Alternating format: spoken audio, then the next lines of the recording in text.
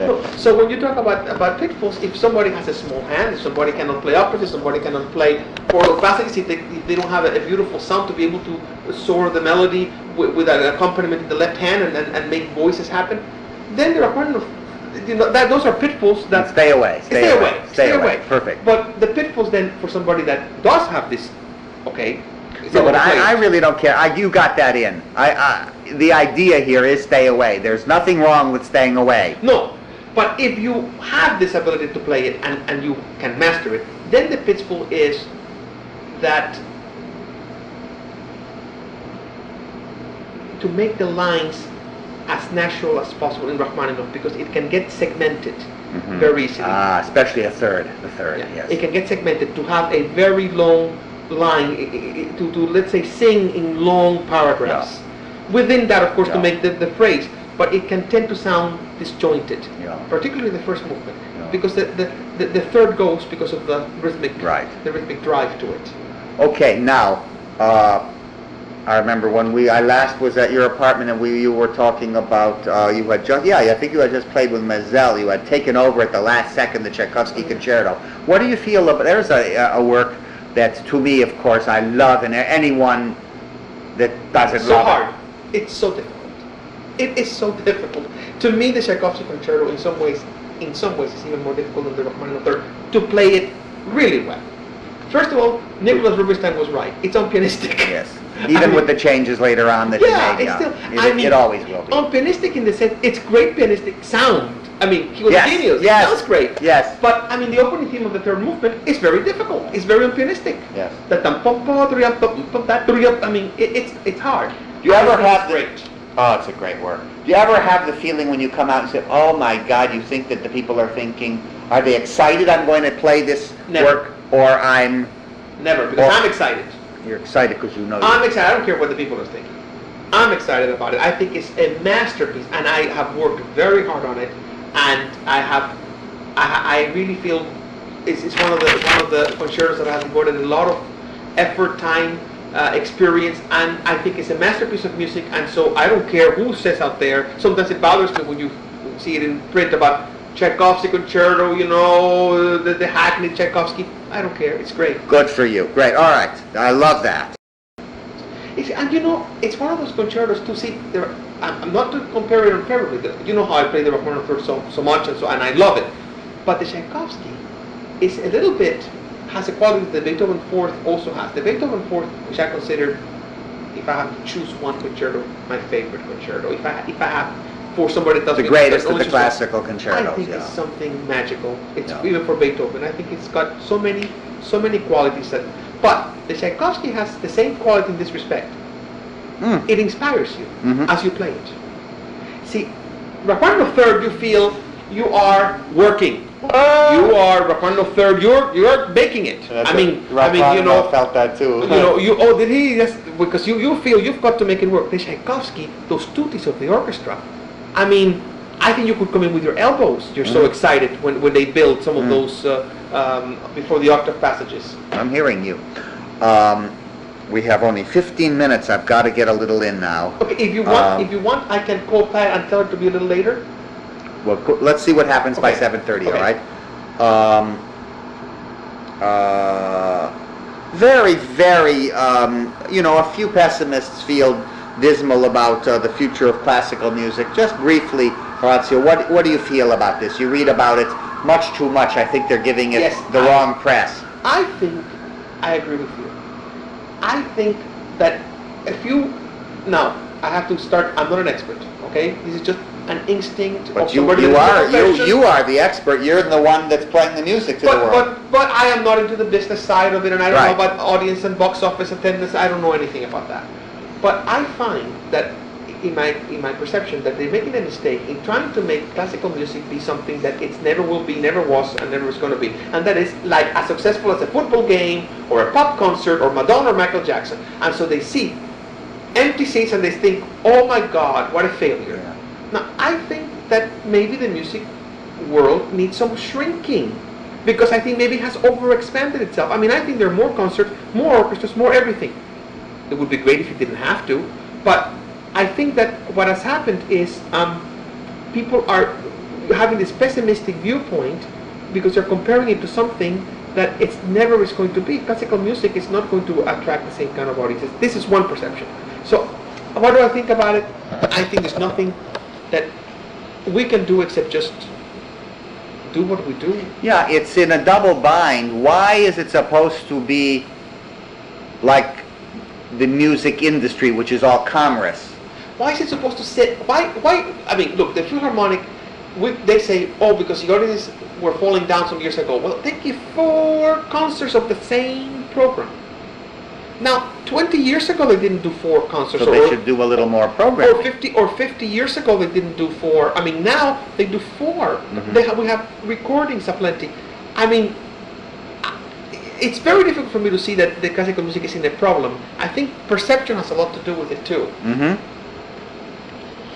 You know what I'm saying? I mean, if they were not able to fill out 1 concert at Carnegie Hall, but I look at the paper and I see all these concerts, all these orchestras, all these recitals, all these artists coming, and this audience. I think that people love it more than they've ever, because they have a chance to hear more than they, through records and many things. But the point is it's a double bind. This the Catch-22. It's supposed to be, packed like a rock concert. It will never be that. Now, what's wrong with this elitist? I was just going to say, I mean, it's never going to appeal. I mean, there are people that don't like ballet, there are people that don't like paintings in a museum. I mean, and so should everybody like it? I don't like football. I mean, So who wants to watch football? I don't. Right. But what I'm saying is that I don't see the football people saying to me, "Oh my goodness, we're not reaching the classical music audience with our games." Right. Why are we concerned about people that are not going to concerts? I mean, look, I'm taking a very narrow viewpoint. I do believe that music should be taught in schools. I think that's very important as a general education thing. But because it needs some education, right? I mean, and on all the arts. But I also know something. I don't think classical music will appeal to everybody. I think that there are people that are not conditioned, but they have something inside them that react to music, and some don't. I don't believe everybody reacts to music. And it's a world of quick imagery, so people don't know how to sit for a half hour. Well, I think that they should be exposed, and then those that will be attracted to it will be attracted to it. But I don't think that everybody. In other words, I don't believe that if we had more exposure, the things would be flocking. I always think what I'm trying to say: classical music will never be a large world. Okay. We have it. That's good.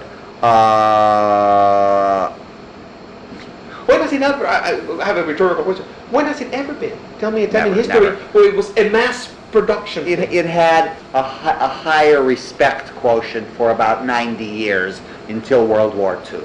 It almost threatened to become, oh yes, Beethoven was, good nourishment. But the percentage, were there more people attending, percentage-wise, more people attending? Wasn't it always a fairly big minority? Yeah. Now, of course, and I'll ask you this question because this, people don't know what arts are. It is an art. We're living in a huge 10 billion population, and you're not going to have everyone, you heard Tchaikovsky. You're an astronaut. What kind of pianist? Are you a cocktail? Do you compose? Are you like Liberace? Right. What is the world's image in general of a concert pianist today? I have no idea. Mm-hmm.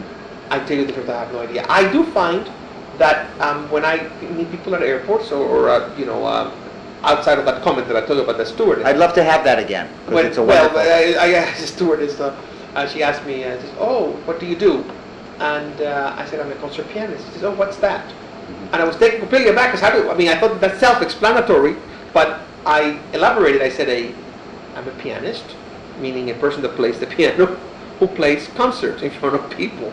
And she says, "Oh." She had not heard of that. Concert pianist, those two words together, I guess she had not come across them. I'd love that in because But when people, though, I must say, when I tell them that, they always think, "Oh, how interesting!" Really, I mean, they find it a very, very majority. Professional. The majority. It still has a romantic allure. Oh yes. Oh, and they want to know more about. Do you travel a lot, and where do you play, and do you prefer to play alone or with orchestra? Or I mean, they ask you all sorts of questions that you can tell that they find something that's. So for every dumb one, you find the whole group of people that are intrigued.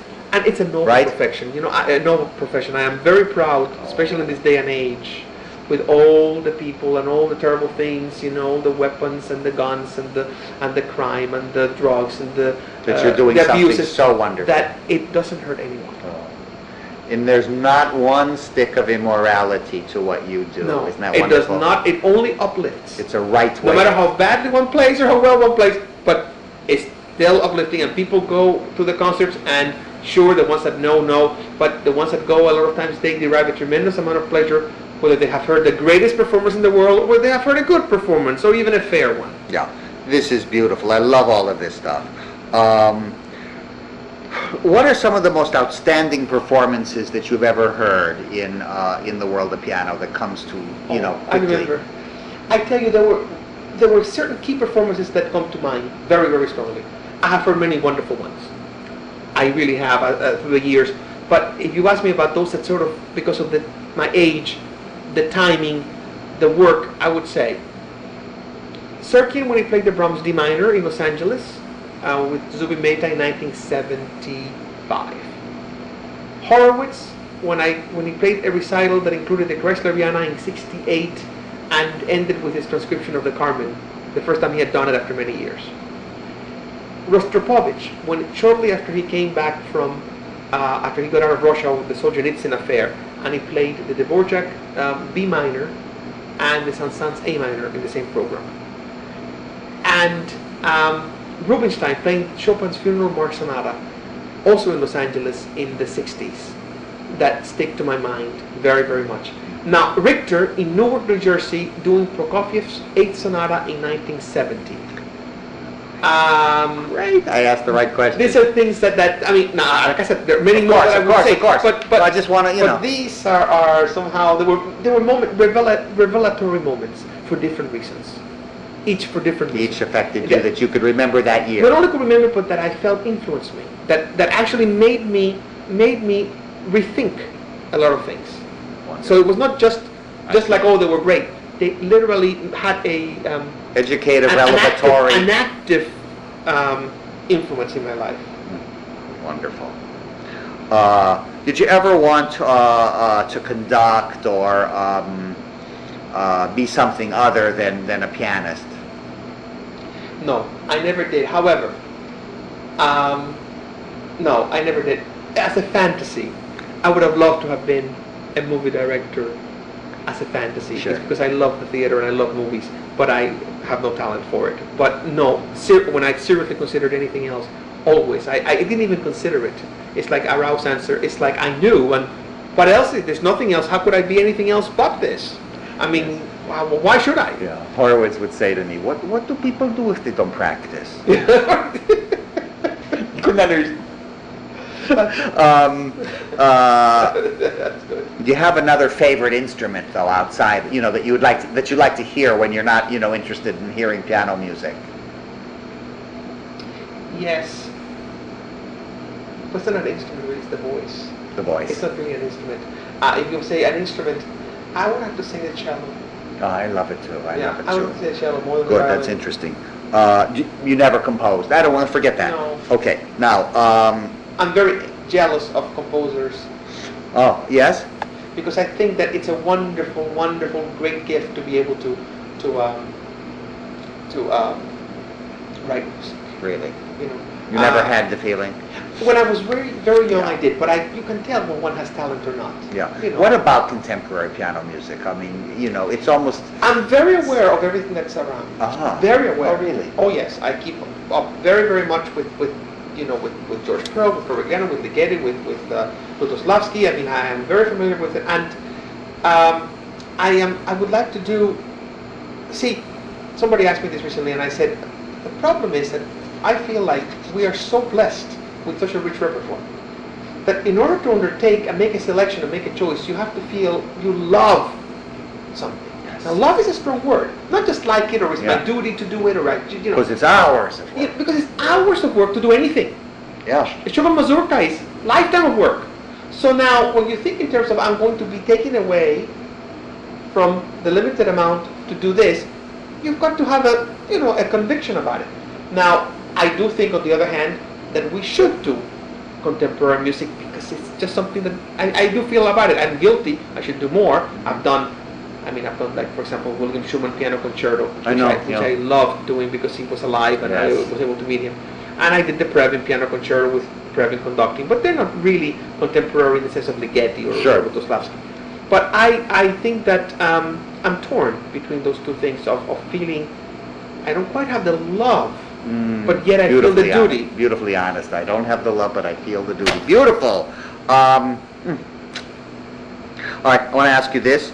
It's one of the things that is very mysterious to the general public, and believe me, it's one of the arts of the piano. A little bit about pedaling. How do you pedal? What of the una corda pedal do you think it's often misused or not used enough? And what about the middle pedal? I don't use the middle pedal hardly ever. No one does. But I pedal all the time. Mm-hmm. I use both pedals all the time in different. It's the greatest thing that I would say is the greatest change in my playing from let's say from the middle 80s to now. The ability and the concentration and the importance and the experimentation with pedaling. Go on, this is still going. Okay. No problem. I think that it is like I believe it was Anton Rubinstein who said the soul of the piano. Well, Rubinstein actually said as well that the piano, that the pedal is the piano. Yeah, as time, like I said, from 1985 on, so when you ask me about pedaling, but I would say pedaling comes at the end of mastering the piano. Mm-hmm. In other words, like it's the most subtle, the most difficult, and the one that needs the longest time to master and to make your own. So you take that pedal as a very personalized concept. Very personalized because it's tied in with your touch. Mm-hmm. It's tied in with everything. It's not just pedaling for pedaling's sake. All right, now, since the first edition of the book, Horacio, there's been many pianists deceased. Horowitz, of course, you wrote in my Remembering Horowitz a beautiful essay. But do you have anything to say about, could be a few words, about Tchaikovsky? Did you ever hear him? I am embarrassed to say I never did. I never heard him, I never met him, so I am sorry. He's off. Did you ever hear Michelangelo, who died recently? Never live. Never live. But records, yes, I did. And I loved, for example, his Ravel G Major. I think is absolutely wonderful. Mm-hmm. Absolutely wonderful. Isn't that something? He had a wonderful control, and I only wish I had heard him live because sonority was so important to him, and I think that you're not able to capture that in the record. Did you ever, Rubinstein also died during this period? Yeah, many times. He was like I loved him. I thought Rubinstein, when he was in form, was a wonderful, great pianist. Mm-hmm. He seemed to symbolize the instrument for so many people. Well, and he had a quality that it's very interesting about Rubinstein. When you want to hear just beautiful piano playing to listen to, not something that maybe you want to see how he plays it or how this phrase goes or how that tempo is or how that, you just want to listen to piano. Mm-hmm. I find myself that Rubinstein is the artist that I most often go to. Beautiful. One other question, forget these for a minute. In America they love the phrase, for baseball, for anything, he's a natural. Are you a natural? I mean, can you, as a pianist, did you feel yet you were born for this and that you had, I think so, the definite everything went right to make that happen, in the body and the hands? After I have seen yes, the hands I did, and I think I had the temperament, and I think I had so much of talent is wish. Mm-hmm. I mean, when so why is somebody talented? It's also they want to do that because they have something for it. I know that there's some people that want to do it and don't quite have the talent, but again, we're talking of levels. Mm-hmm. So I would say that I feel that yes, I was naturally born to play the piano. Yes, that's what I want to ask. Yes. All right, that's great. There was one other question here that I liked that I wanted to. A few words about Tarnowski, since he's not in this. Yeah. And he was. Tarnowski was a very, very.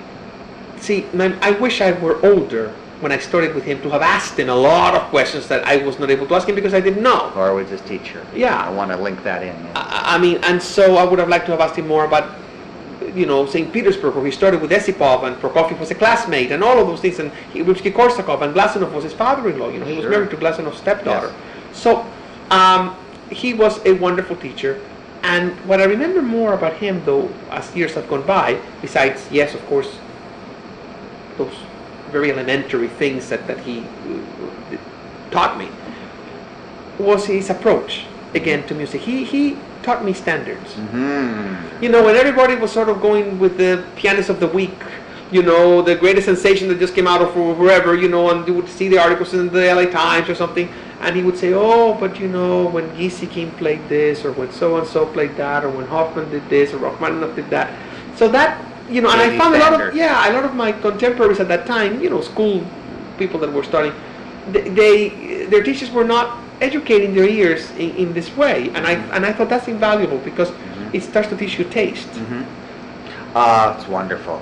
I want to ask another question. How can, although you don't teach much and all that, but how can a piano teacher harm you? What are the signs? Let's say, a lot of people have bad teaching all through. Yeah. Gee, I think it's in a lot of ways it can harm you. First, it can harm you by teaching you bad habits or not correcting bad habits. That's the obvious case. So there is the damage from the point of view of the instrument. I don't think they can damage you musically in this respect. I think that if you, as a pianist, if you're damaged to play the instrument correctly, that's a very difficult thing to correct. If you're taught musically wrong, if you're musical, you can correct that. So the damage that I think a music teacher, a piano teacher can do is more instrumental, that's more serious.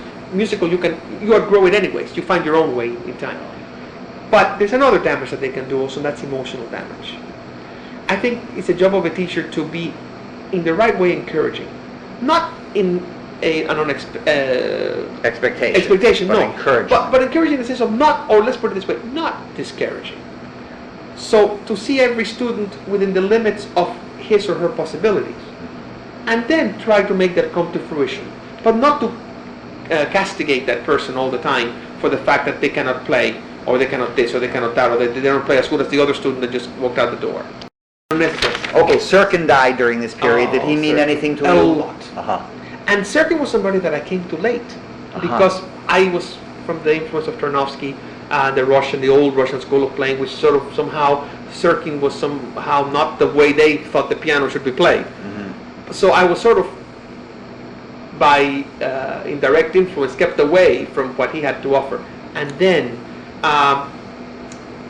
when I started to play professionally, to this day, I am one of his biggest fans. I think Sirkin was one of the most wonderful, original, integrity, exciting. I mean, some of his recordings to me are some of the great recordings of his recording of the Brahms D minor.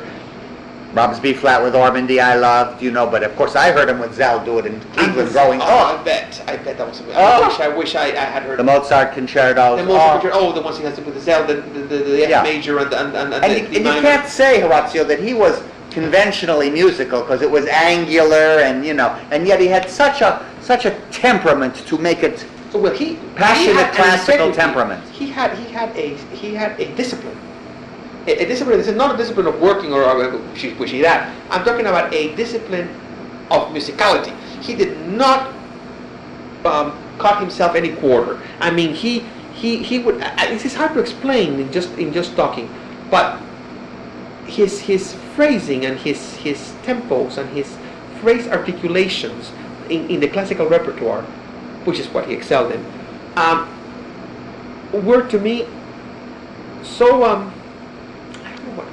so truthful and so wonderful word. Yeah, I mean, so completely without giving himself any freedom to do the easy thing, to do the easy effect. What is the easy effect often? Well, it can vary. Whether it be a diminuendo or a little sort of pedal, half pedal. Some little chill that some everyone. Little something. Not him. No. Not him. Okay, great. I got it. Whatever. Ever hear Curzon or any of You it? know what? Some recordings I love. Some of his Mozart A major 488. Oh, with Oh, Kurtesh, beautiful. wonderful. Schumann Fantasy, very beautiful. Beethoven Fourth, also very beautiful. Unfortunately, never heard him live. Yeah, very few. Yeah, but Schumann Fantasy. The Schumann Fantasies. Very beautiful. Yeah. Anything to say on Solomon, who died during this period, who Solomon, tragically had, since 1958, had been... I am not so familiar with him. I heard some things, but it's not something that... Any younger pianist you want to say a word or two on at all? Oh, I admire...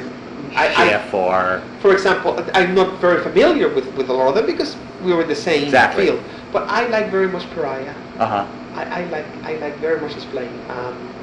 I think What does he say to you that, makes it that you like him? At his best, I find there is I find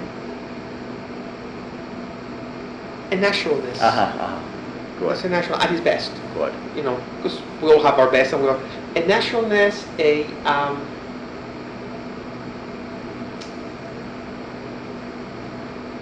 keep going back to that word. I don't know why it is, but a truthfulness. It's so important. It's funny about when I say truthfulness. It's when you get the feeling that something is coming from very deep inside that person that's coming out. That's Pariah. He tries to make that come out. Something is coming from very deep in him, and now Horowitz had it. Doesn't mean that he's truthful to everybody, but whatever he did, you got the feeling that's him, and that's why when people imitate him, it doesn't work because it's not about technique, it's not about anything, it's about feeling ultimately. So you miss Horowitz, of course. We didn't say anything. He was like a supreme giant, wasn't he, of the piano? He was a supreme giant. He represented the whole romance of the piano, didn't he? But at the same time, I have to say, but he wasn't. I was not a Horowitz fanatic. Right. I was in awe of Horowitz because as a pianist, how could you not be? But I also found myself admiring many pianists equally for different reasons. You see? Wonderful. In other words, like, think of Serkin and Horowitz. Very different pianists, very different. But yet, I cannot say I admire one more than the other because I certainly would like to hear Serkin do Beethoven's Fourth and Brahms D minor, but I would want to hear him do Rachmaninoff Third. Perfect. Okay. Now we want to close this with an optimism, or not necessarily, but just some sort of idea. We're entering the next millennium, Horacio. Do you feel for the world, even with its, as you were saying, its incredible desire to make more weapons every day? Do you feel that we're going to go into a new spiritual sphere, or do you feel like Ashkenazi in the interview that we're still in the Dark Ages? I don't know if we are still in the Dark Ages. I don't agree with the Dark Ages. I think when you think of the way people used to treat the mentally disturbed and burn them at the stake and used to treat all sorts of... Yeah, but we know that torture has come back in many, many countries in the military. No, but we have to go by the highest degree of civilization, not because there are always going to be people that are trailing behind. We can't look to the... I'm looking at progress. There's a bigger awareness of... The progress of what human nature has grown so much over the last century. The progress of what makes us tick. We didn't have that. That's right. From Freud on. From Freud on and some of the great thinkers. And I think that this has influenced the way we treat minorities, the way we treat women, the way we treat each other. And I don't think we had that 100 years ago. So I don't think it's optimistic, it's going to be wonderful. But I do think there is a curve that things are getting better, that we as human beings I think it's almost inside us to strive to be better. We may prevail. Religion, all of these things are just expressions of our desire to be better people.